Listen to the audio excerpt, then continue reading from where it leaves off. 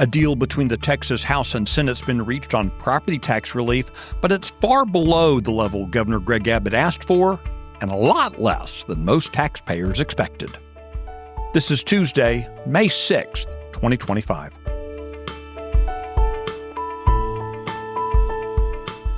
Texas Scorecard presents the day's first news for the Lone Star State, the Texas Minute, with your host, Michael Quinn Sullivan.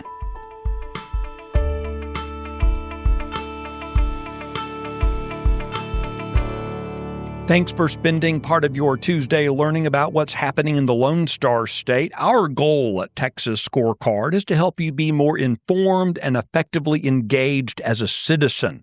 If you find the Texas Minute podcast helpful, please give us a rating, and if you have time, leave a review. Your feedback means a lot to us, and it actually helps others find the show. Let's get into today's news. Nearly a month after the incident occurred, a Fort Bend County Municipal Utility District west of Houston has publicly confirmed that $8.2 million in unauthorized transfers were made from its investment account.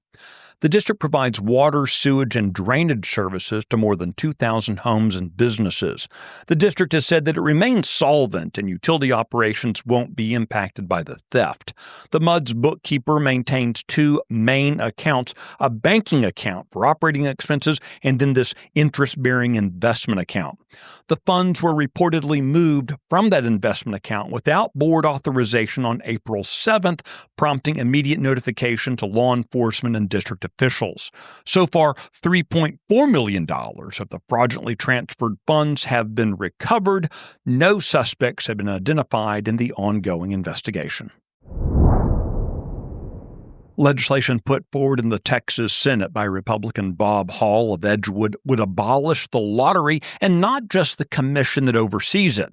Hall points to an increasing number of scandals involving the lottery as a reason for eliminating it altogether.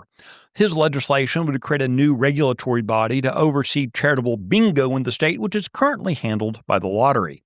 In other gambling news, despite six-figure spending by casino advocates in Irving, voters elected two gambling opponents to the city council in Saturday's local election.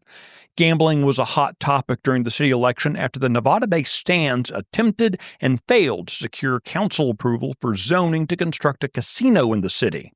Currently, the company only operates casinos in China.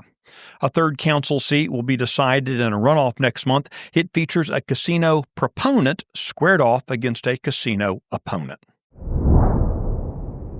Attorney General Ken Paxton announced yesterday that his office has initiated legal proceedings against the Austin Independent School District, accusing the district of violating state law by promoting critical race theory in the classroom.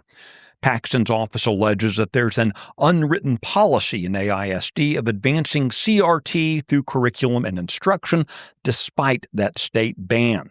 The investigation comes after state officials received information that Austin ISD officials had referenced materials related to the controversial left-wing 1619 project, which has been explicitly prohibited in Texas's public school classrooms. One employee also allegedly told state officials that there were, quote, ways to get around the state ban on CRT, and that district leadership played an active role in making those happen. The Texas Minute will be right back. Why get your news from people who don't share your values? Get news stories from Texas Scorecard. We provide real news for real Texans. Go to TexasScorecard.com today.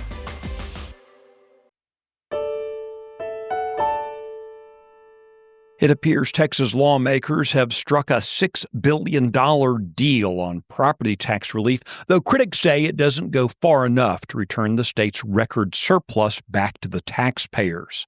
On Monday, Republican State Representative Morgan Meyer of Dallas and Republican State Senator Paul Bettencourt of Houston simultaneously announced a deal that ends weeks of negotiations over their competing tax cut proposals.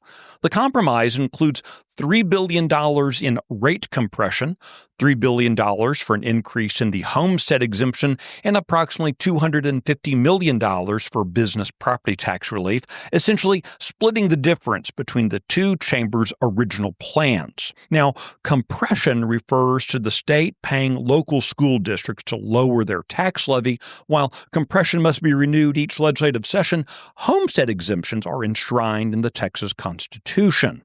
Homeowners currently get a $100,000 exemption on their property tax bill, which would rise to $140,000 under this deal. A separate proposal under consideration by lawmakers could see senior citizens getting an additional $60,000 homestead exemption. You might recall that in his State of the State address back in February, Governor Greg Abbott called for $10 billion in property tax relief this session, making this $6 billion compromise plan notably short of that benchmark. Andrew McVeigh of Texans for Fiscal Responsibility said the deal misses the mark, noting that the state overcollected $24 billion in tax receipts and that they should be giving all of that back.